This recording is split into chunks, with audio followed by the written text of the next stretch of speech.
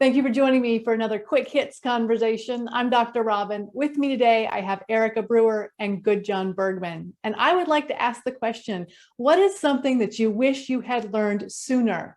Gudjon, can you kick us off? Yeah, so I thought of two things. One is dealing with difficult emotions. I wish I could have gotten better at that sooner. And sometimes I wish I was better at that now. Absolutely. And the other one was, I wish I'd learned how to argue more effectively at some point in life.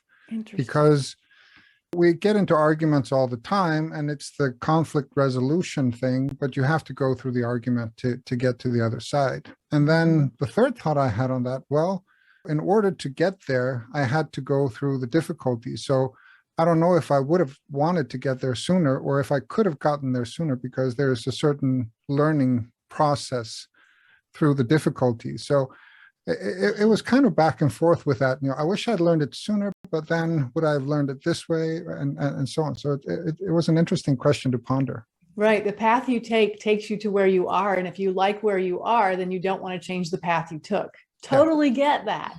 Erica, what about you?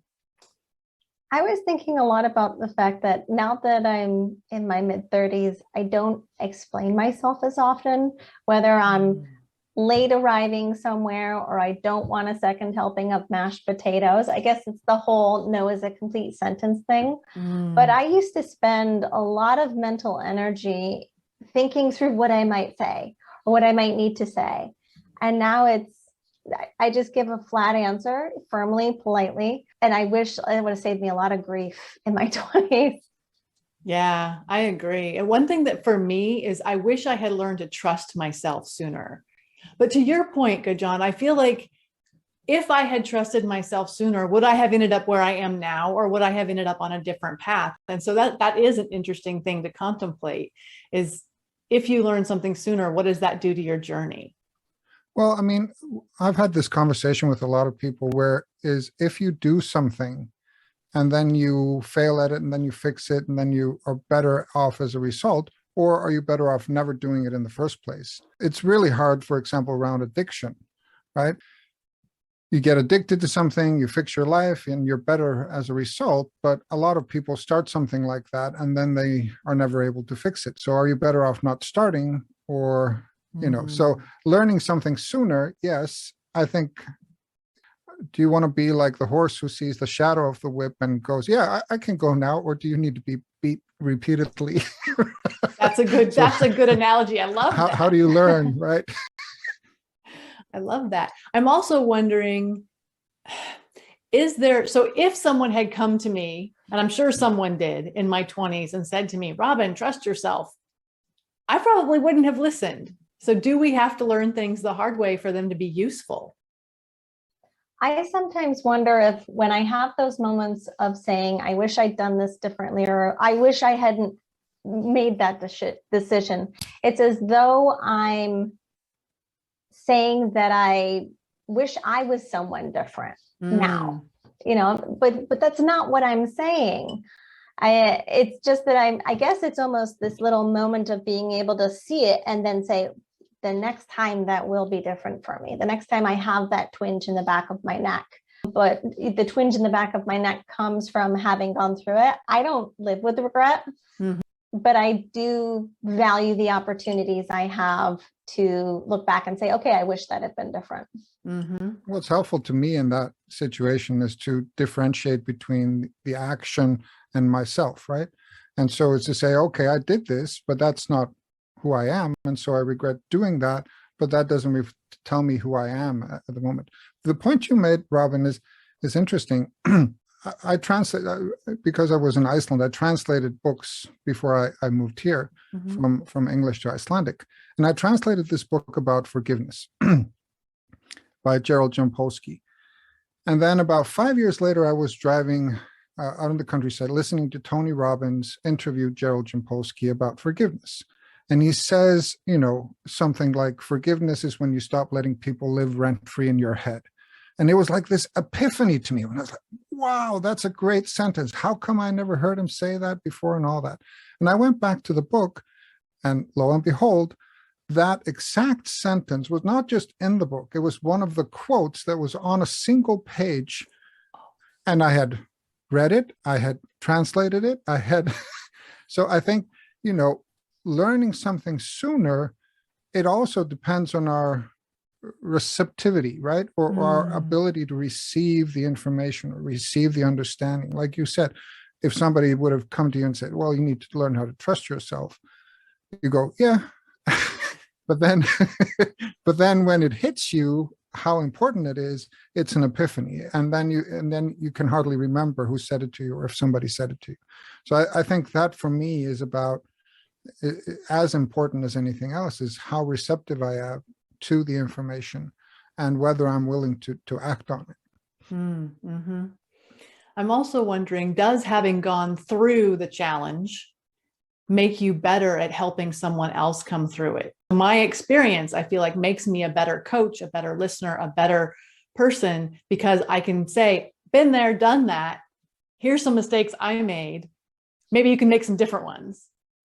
Yeah, I mean, it's a hard question to answer. I think my whole life has been, I mess up, I learn something from it, I learn a better way, and then I teach somebody else. It's been, I quit smoking, I did that. I started yoga, I did that. Time management, stress management, I'm still doing that with creating moments of peace, because it's, for me, is a hard thing to do. And so the harder it is, the easier it is for me to connect with people who have a hard time doing that. So yeah, I found sometimes that my experiences also help me understand when not to chime in, when I'm not the person to help carry that rope. And I can usually point them, but I know maybe it's too heavy, or I haven't completely learned, or whatever I needed from the experience I had, where I can then say, you know what, that is really tough. Go look over there. That's a great point, Erica. I think, learning how to stop yourself from chiming in on everything. Maybe I wish I learned that sooner. I'm still working on it, right? Right. The older you get, the more you know, the more you realize, nope, I need to be quiet. Yeah. It's funny how that works out. So let's turn the question a little bit to your point, Gudjon. What is something that now you're working on that in 5 years you're going to be like, man, I wish I'd learned that sooner? Do you have anything like that you're working on currently? Well, I think over the past few years, it's been maybe not to take myself as seriously.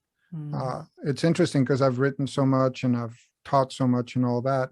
And then I have this sense of humor that often gets pushed to the side. Like if you read my books, you think like, this guy's not funny.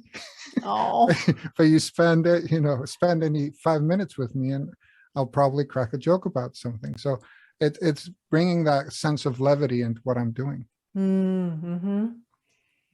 Erica, what about you? I think I am working with something similar, but not to take my work so seriously.